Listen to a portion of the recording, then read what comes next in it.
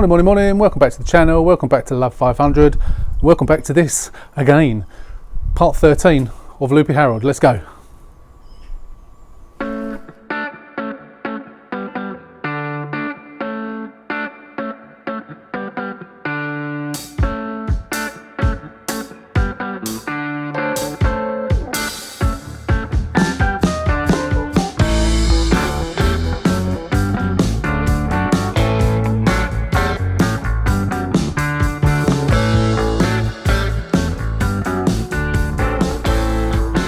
Okay, so as you know, it failed the MOT.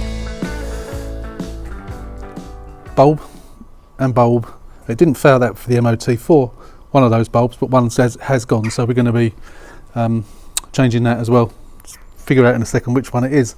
MOT wise, that's all. The only other thing was the front light, and they said they put a new bulb in for me. I don't know why, but they put a new bulb in and they didn't charge me for it, so can't complain about that really. So that's it for the MOT, but I need to tell you about what happened because I omitted it from part 12, so I'll fill you in as to what happened. So you saw me at the bus stop saying I was on the way to collect the car, and it wasn't good news. It wasn't good news. So I asked them, as you know, to try and figure out what was causing the rough idling, and as you know from the last video, within less than half an hour, I was on the bus on the way home, and they phoned me and told me they'd done it. They weren't quite sure. The bloke who phoned me there wasn't quite sure what had been done. He said it was something to do with the ECU. So when I went back to collect it, I inquired as to what. He didn't really know, and the mechanic wasn't really available to speak to. However, he said that he believes that he had done some sort of reset to the ECU. He said when you've changed all the types of things, because I gave him a list of all the things that I changed, and he said when you change so many things like that, sensors and what have you, you need to do an engine ECU reset. Now, as far as I was aware, that I did that in multi-ECU scan. I reset all sorts of things. So whether the like $3,000 bit of kit that they use to reset ECUs can do a deeper level reset, obviously it's not virginizing it. At least I'm assuming it's not virginizing it. But whatever they've done, that's all he did, as far as I'm aware. That's all he did. He did some sort of reset, presumably to the engine ECU. So it's resetting parameters back to their baseline values, I guess. That was it. That's all he's done, and it's working and it's running fine now. So that was that. The reason I was standing at the bus stop saying I'm off to pick it up, it's not good news, is because they abandoned the MOT. They abandoned the MOT because of the oil leak. So you saw me in the last video changing taking out the sensor, the cam position sensor on that right hand side. That's where the oil was leaking from. There is no leaking oil anymore. That was it.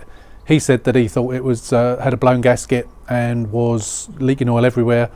As it happened, it was just leaking out of there. It hadn't sealed properly. So as I explained on the other video, but that's why. So when the mechanic had done the engine reset, he had it running in the workshop for about 10 minutes, and he went to put it up onto the ramps to do the MOT, and then he went over a pool of oil. He said it was leaking so much oil that apparently for the MOT, if a car is leaking and forms a pool of oil up to more than 7 centimetres, then they would abandon the MOT. He said, so had I done the MOT, I would have had to abandon it. So he stopped doing it there and then. That was why. So that was why it hadn't failed the MOT as such. He had abandoned it, or not abandoned it, he hadn't even done it. So you saw me on the last video, I fixed the leak, changed the, did we change? No, we'd already changed the water thermostat, so we'd already done that, but it was basically fixing that leak. So I've done that, took it back, and what you saw at the end of the last video was what it failed on. So I'm now today trying to get it to, I'm going to change those bulbs. That's all I need to do for the MOT, is just change those bulbs and pump this near side tyre up. As I mentioned before, I've got that noise coming from that near side. Certain people, a couple of people have said that maybe it's because the tyre's not pumped up properly. Not convinced that that's the reason, but I'm going to pump it up and take it around the block and see if it does it. It's a strange noise, I can't really explain it, but I'll give it a go. I haven't ordered a new hub yet. If it doesn't work, then I will do that. But that was it basically, and yeah, my apologies, I forgot to add it onto the end of the last video. I meant to, it was a bit disjointed because I said that there was bad news and I didn't actually say what it was, and also said that it had fixed and didn't say what it was. But that's the reason. Well, not the reason is I forgot, but the actual thing is now fixed, so it's running fine now. So yeah, let's get on and change these bulbs. Right. So as you can see, they're quite, I don't know if you can see it, they're not very white. So what I'm going to do is I'm going to take that out and then we'll film it before I change the bulb, and I'll put a new bulb in, and we'll compare the bulbs side by side as well and see how faded they are. I'm guessing just they're faded with the heat and all the paint's come off, but let's get the light off. So I've got a big bag of bulbs here. I was going to go on eBay and buy some bulbs, and I thought, no, I must have loads of them. And these are all ones that I've cut off of a headlight, off of a broken headlight, but obviously they're the same bulb for the back as they are for the front. So I'm not going to spend £4 on two new bulbs when I've got loads of them. So right, let's take this out.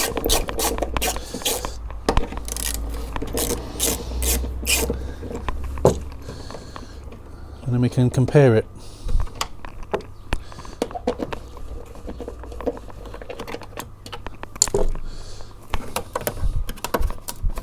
It's silly me buying two new lights unnecessarily. Let's just unhook the electrical connection. Legs there. These are a pain, these, because you have to release these tabs, as you know.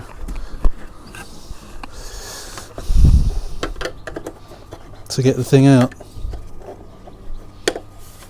Always fiddly. They're annoying. Doing it, but then feel like daft things. Why can't I get that last one out? Oh, here we go. Oh yeah, look at the state of it. Barely any paint on it. Huh, that explains it. Look at the state of that. Right, let's put a new one in. Let's just plug it in.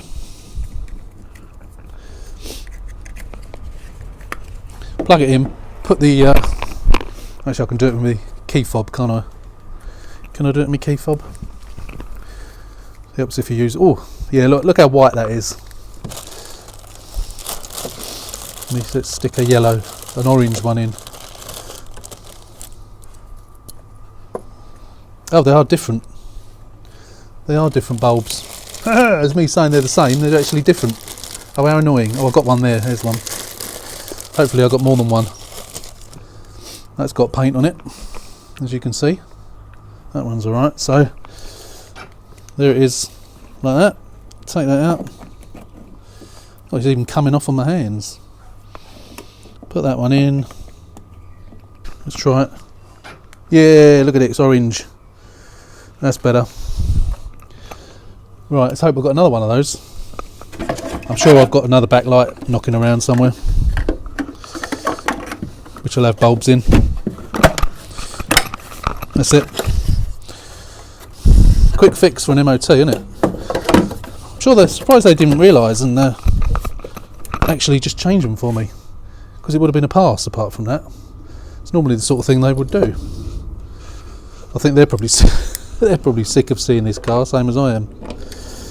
It would be nice to get rid of this car, but at the moment it's going to be useful for me. Da da da. Talk amongst yourselves. Right. That's it. That's that one. Just double check, make sure it's working. Oh, there's all bits of orange blimmin' paint inside now. Oh yeah, when I look at the two together, you can see how un-orange it is. Right, I'm not going to film me doing the other side. It's pointless. That's it. Both nice and orange now. So now I've got to switch the lights on and see which number plate light isn't working.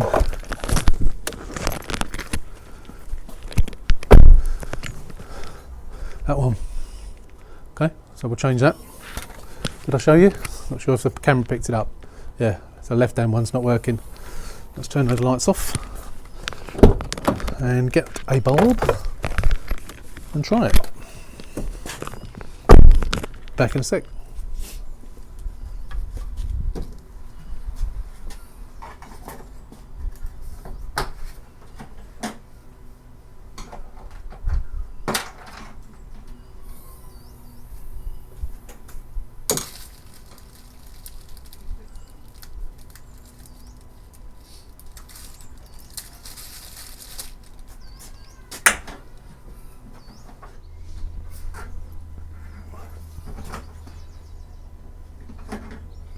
Put that on, let's make sure it's working.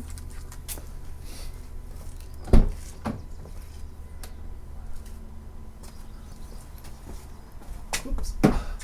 Yeah, that's better. That's good. That's it.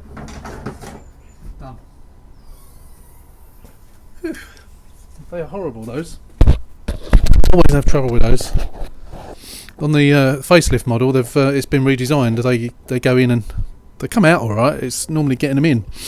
You can get it in one side and then you can't get the other side in. But they've redesigned it on the facelift and it goes in really easy. But those ones, I've been standing there for about getting on for 5 minutes trying to get that in. Eventually, it went. I stopped filming in the end because it was it was getting silly and I was swearing. But it's done now anyway. So that's it for the MOT. It's all I needed to do to get it through the MOT. Which is silly. They could have done that for me. Never mind, I've done it now. So there we've got the shock absorbers there that will be that I will be putting on. The last thing I'm going to do is pump this tyre up. It's not that low. I don't think it is this making the noise. I mean, it is low, but it's not that low. It's not like it's flat. So we'll pump that up to the proper measure, and then I'm going to take it for a quick spin around the block, see if that noise comes back. If it does, then I think I'm just gonna order one of these hubs. I can get one for 30 quid. The entire thing, back plate, hub, the lot.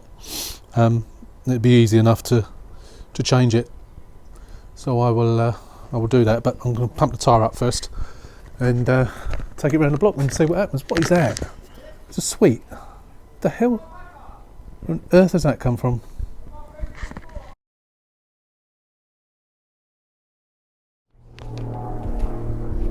So welcome back again. Once again, a few days has passed since the last video.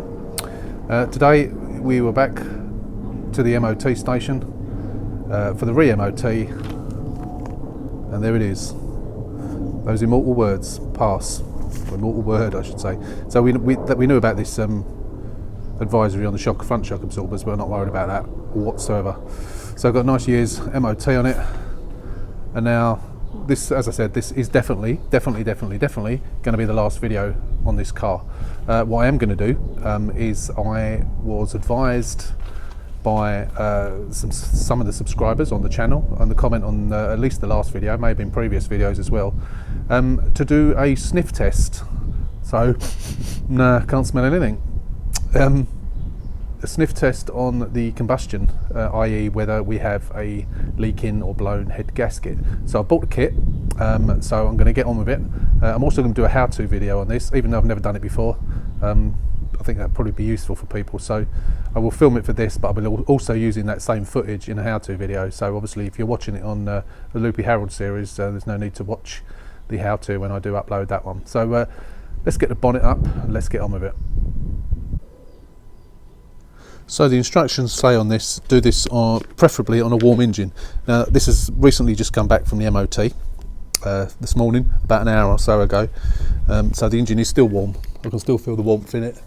So I'm not going to start the engine for the time being. We're going to use it as it is. We're not going to warm it up again first. So obviously this is the radiator cap.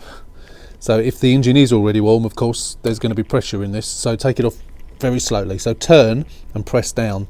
So should there be a sudden release of pressure, it won't come out all over your hands and burn you. Obviously it's quite a good idea to do it with a rag, which obviously helps. This is probably going to go in a minute. There you go, it's only a little bit. I think I have still got some air in this as well after I filled it up. Right, so that's that off, and then we'll get the kit. Right, so this is the kit. I bought this on eBay. It cost about £7, £6, £7, something like that. So it consists of a rubber bung, the whatever you call it, don't know what you call that, and the reaction fluid, combustion leak detection fluid. So all you do is put the bung in there, which doesn't fit very well in this car. You may have to warm it up. No, it does fit, that's it. It does fit. And then you put in the reaction fluid just below the point there.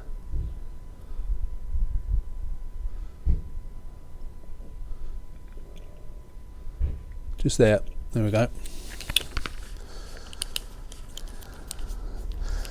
So basically when you start the engine, the gases come up there, into there, through the reaction fluid, and then out the top.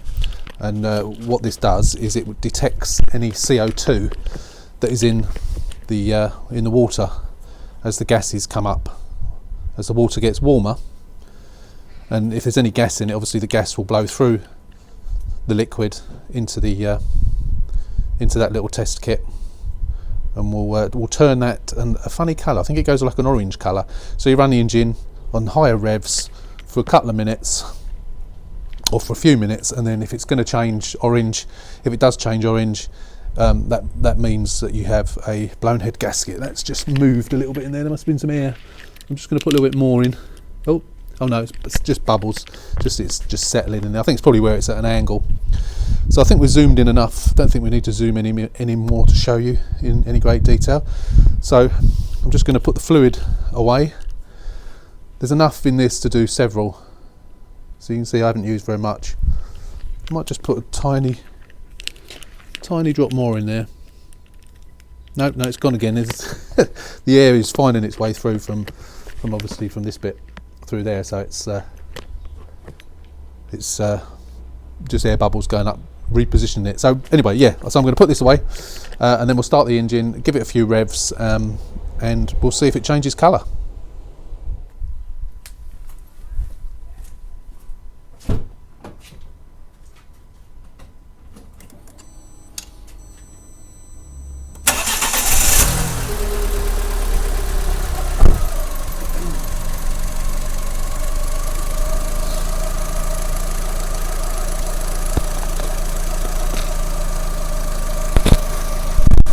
So you can see it bubbling away there. It looks to me as if it is going orange quite quickly. So that would indicate, I think, that has got a slight gasket leak. I believe if it hasn't, it would stay blue. So at the moment it looks like the colour of wee. It's a bit on the yellow side. So I think that shows that this car has got a leaking gasket. And then that's almost straight away that I've put it on. So the instructions say to give it some higher revs, just to get more gas flowing through. I don't think we really need to do that. I think we've already seen that it has got a blown head gasket, but we're going to try. We're going to do that anyway, just because that's what the instructions say.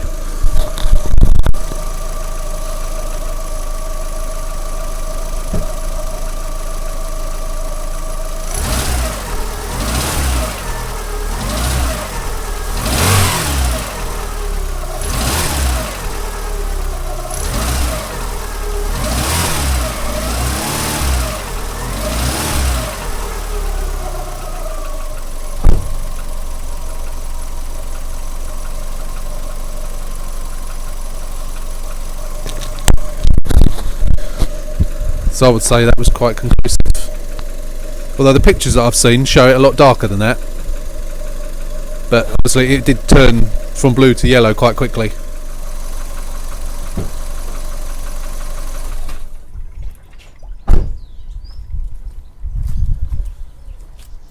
So it's still bubbling away there.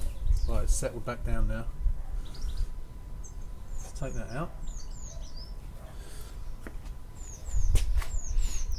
There you go. Definitely looks like wee, doesn't it?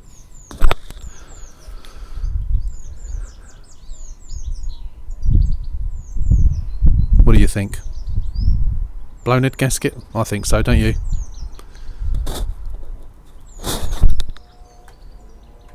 So now that the car's got its MOT, I have established that it has got, to a degree, a blown head gasket. Got to decide what to do with this now. As I mentioned previously, I am going to be using it for the at least the next couple of months for work. I have been using the 2017 red one with the crunch in the side, but obviously it's got a crunch in the side, and it will be at some point in hopefully the not too distant future, it will be going to the body shop to get that done, and then that'll be the final few bits and pieces and an MOT and so on that, and then we can sell that one. But this one I can't sell it as a proper car, because there's the chances of that. Well, not the chances, I think we've confirmed now that it has got a blown head gasket to a degree. The fact that it runs fine makes me think it's not too bad. I've never had a blown head gasket before, but I'm under the impression that it would run quite rough. And also you tend to get a lot of water coming out the back. There is no water coming out the back. At the exhaust pipe, I mean. So I don't know how bad it is. So this would be an ideal car for somebody who can do the head gasket themselves. I can't. Well, I say I can't. I possibly could, but I'm not prepared to do that. 100 quid for the parts, I think. 80 to 100 quid for the parts. Yeah, no, I'd rather let an enthusiast who can buy the car cheap and do it up, and either sell it or keep it for their daughter or whatever. Because apart from that, the car is now okay. We have still got that noise down there, which I am going to investigate. I don't know whether it's a wheel bearing or what it is, but it's nothing that's made it fail the MOT. So I will at some point get that up in the air and have a look. This afternoon I'm going to do the rear shock absorbers, and hopefully that will get rid of that tinkling noise. Pretty sure it is those. If it's not those, it's the springs, but I'm going to do, I think I mentioned this before, so apologies for going over the same thing again. But I'm going to do those this afternoon. If it still does it, then it must be the springs, in which case I'll get some second-hand springs and whack those on as well. But yeah, apart from that, it's ready to go now really. There's not much more I can do with it. As I say, I'm going to be using it for work. Once I've finished using it for work, then we'll think about getting rid of it in some way. Obviously I'm not going to be dishonest with people. I'm going to tell them what the problem is, and the price will be set accordingly. So at the moment I'm into it for, I think, about £1,970. I did previously have it up on eBay for £1,650, taking a hit, but that was without an MOT. Now it's got a full year's ticket on it. That makes a difference. So I reckon if I put it up for 1,995, I'd like to think that I could get close to that. As I say, if someone wants to sort out that head gasket themselves, or even stick a new engine in it if they prefer, then they can, but that's not going to be me. So for the time being, that's it. We'll come back shortly when we get these shocks done. So I've done the shock absorbers. Took me about half hour, 35 minutes. I did film it on one side and then time lapsed it on the other side for a how-to series.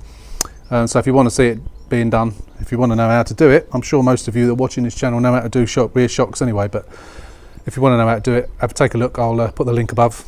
So I haven't taken it for a drive yet, just got to put all the tools away, and then I'm going to take it for a drive up the road and see if it's cured that tinkling noise.